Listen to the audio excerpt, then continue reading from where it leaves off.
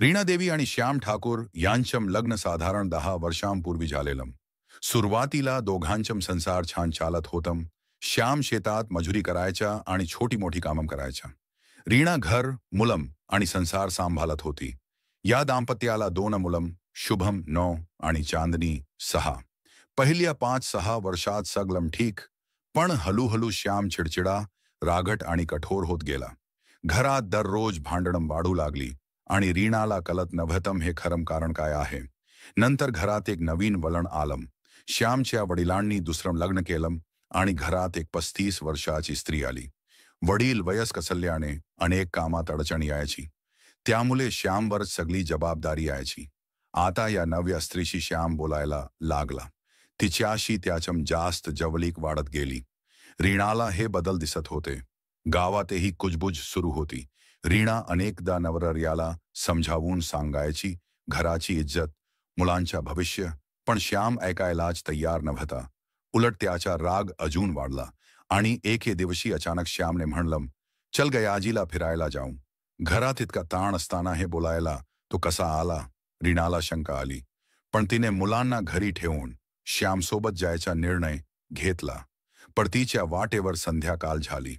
बंधू बिगा जवळच्या एका विराण रस्त्यावर श्यामने अचानक पिस्तूल काढलं. रीना काही विचार करायच्या आत गोळी चालली आणि रीना रस्त्यावर कोसळली.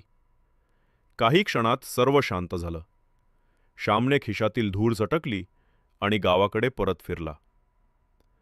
रात्री घरी पोहोचल्यानंतर श्यामने मुलांना फक्त एक वाक्य सांगितलं, तुमची आई चालली गेली, आणि गावातल्या सांस्कृतिक कार्यक्रमात जाऊन बसला. रात्र झाली. मुलं रडू लागली. शेजारी आले. श्यामने घरातली दारं आतून बंद करून मागच्या भिंतीवरून उडी मारली आणि पळून गेला. दुसऱ्या दिवशी पहाटे काही गावकऱ्यांना रस्त्याच्या कडेला स्त्रीचा मृतदेह दिसला.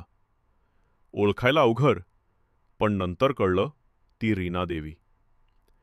बातमी झपाट्याने पसरली.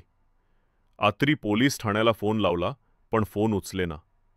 मग थेट DSP सुरेंद्र कुमार सिंग यांना कळवण्यात आलं.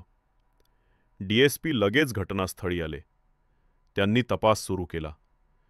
पिस्तूलचा खोका, काही कपड्यांचे तुकडे जप्त झाले.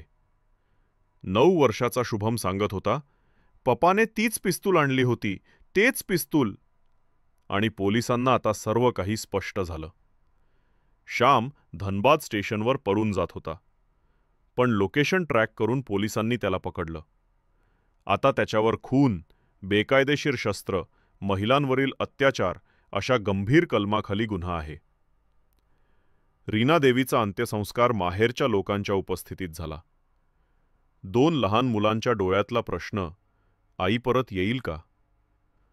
पण त्या प्रश्नाचं उत्तर कोणाकडेच नव्हतं.